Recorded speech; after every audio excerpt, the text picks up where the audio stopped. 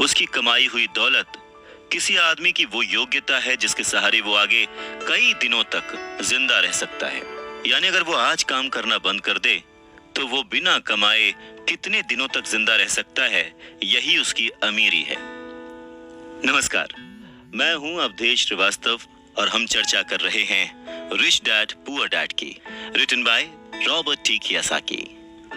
Robert T Kiyosaki कहते हैं कि आज की कर्जदार सोसाइटी दो बातें मानती है। पहली ये कि खुद का एक घर होना चाहिए, दूसरी ये कि अगर सैलरी बढ़ गई है तो फिर एक ज्यादा बड़ा घर खरीद सकते हैं। पर ऐसी सोच, ऐसी स्ट्रैटेजी की वजह से परिवार ज्यादा कर्ज में फंस जाता है। लोग बुरी तरह से पैसों की तंगी का सामना करने लगते हैं। वो लोग अपनी जॉब्स में बहुत अच्छी सैलरी उठा रहे होते हैं, लेकिन इस सोच की वजह से वो सेविंग नहीं कर पाते। इसे हाई रिस्क लिविंग या जोखिम भरी जीवन शैली कह सकते हैं।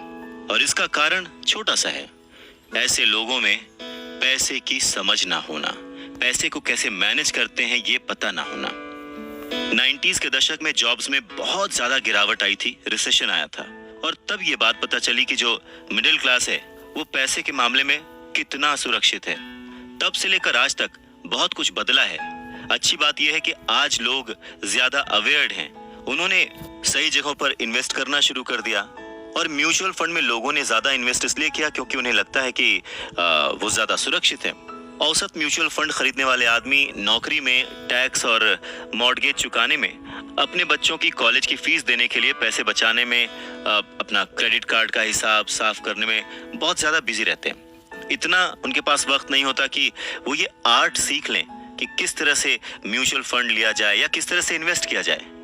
तो फिर वो क्या करते हैं? फिर वो किसी दूसरे को हायर करते हैं, उसकी काबिलियत पर भरोसा करते हैं, और वो जैसा कहता जाता है वो ऐसा करते जाते हैं। क्योंकि जो पढ़ा लिखा मिडिल क्लास वर्ग है, जो कि पैसे को संभालना नहीं जानता, वो हमेशा यही सोचता है जोखिम मत उठाओ, सुरक्षित रहो। और असली प्रॉब्लम यही है कि पैसे की समझ ना होने के कारण लोग खतरों का सामना करते हैं। उनके सेफ रहने के पीछे की इच्छा, यानी हमें कुछ ना हो, उसके पीछे का असल कारण यह होता है कि उनके पास पैसे की तंगी होती है। उनकी जो बैलेंस शीट होती है उसमें खर्चे ज्यादा होते हैं, इनकम कम होती है। या यूं कहें कि उनकी संपत्ति वाला यानी एसेट वाला कॉलम खाली रहता है तो कोई गलत बात नहीं होगी। और जब सचमुच जिंदगी में वो once in a lifetime वाला मौका आता है ना, तो ये लोग उस मौके का फायदा नहीं उठा पाते, क्योंकि इनके पास पैसे ही नहीं होते इन्वेस्ट करने के लिए। अगर पैसे की समझ आपको है तो आप थोड़ा थोड़ा निवेश करके, बूंद बूंद से सागर भर के अमीर हो सकते हैं। आप सूझबूझ के साथ सही जगह पर इन्वेस्टमेंट करके अपने 5,000 रुपए को 10 लाख रुपयों में कन्वर्ट कर सकते हैं। पर प्रॉब्लम सोच की है। ये जो गरीब वर्ग या मिडिल क्लास जो वर्ग है, वो ऐसे इन्वेस्टमेंट्स को बहुत ही जोखिम भरा मानता है।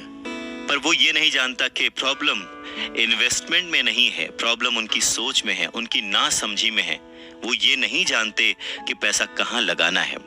वो हमेशा अपने पैसों की जिम्मेदारी दूसरों पर लाद देते हैं और उसके लिए खर्च भी करते हैं। तो अगर आप भी दूसरों की तरह सोचते हैं, घर को एक एसेट समझते हैं, इन्वेस्टमेंट करने से डरते हैं, सेफ रहना चाहते हैं, तो ये समझना जरूरी है कि आप किसी के लिए काम करते हैं। सैलरी पर काम करने वाले बहुत ज्यादा लोग मालिक को या फिर अपने शेयर होल्डर्स को अमीर बना रहे होते हैं। एक्चुअली वो उनके लिए काम कर रहे होते हैं। आपकी कोशिशें, मेहनत और सफलता से दरअसल आप नहीं सफल होते, आपका मालिक सफल होता है और उसे उसके रिटायरमेंट के लिए मदद मिल रही होती है।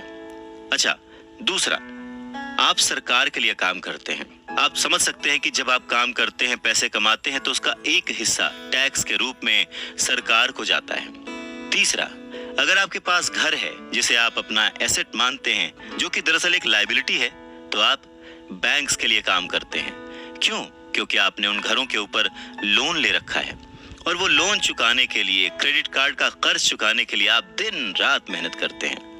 तो अगर आप सिर्फ ज्यादा कड़ी मेहनत से काम करते जाएं, तो समस्या ये है कि तीनों ही मामलों में आपको और ज्यादा मेहनत करनी पड़ेगी और फायदा आपको नहीं मिलेगा, किसी और को मिलेगा। तो आपको ये सीखना पड़ेगा कि आपकी ज्यादा मेहनत से किस तरह आपको और आपके परिवार को फायदा हो। मान लीजिए कि अगर आप ये फैसला कर भी लेते हैं कि आप सिर्फ अपने काम से काम रखेंगे, पर पैसों की समझ न होने के कारण, उसे मैनेज करने की समझ न होने के कारण आपको ये नहीं पता होता कि आपके लक्ष्य को किस तरह से निर्धारित किया जाए। अक्सर लोग अपने प्रोफेशन को बनाए रखना चाहते हैं, अपनी सैलरी के सहारे ही अपनी संपत्ति को, अपने एसेट्स को खड़ा करना चाहते हैं, पर जब उनकी संपत्ति बढ़ती है तो वो किस तरह अपनी सफलता का आकलन करते हैं, कब कोई दूसरा आदमी ये महसूस करता है कि वो अमीर है, कि उसके पास दौलत है, और संपत्ति और दायित्व के बीच का बैलेंस कैसा है, ये सब बातें भी समझना उतना ही जरूरी है। तो फिर सवाल वही है कि अमीर कैसे बना जाए।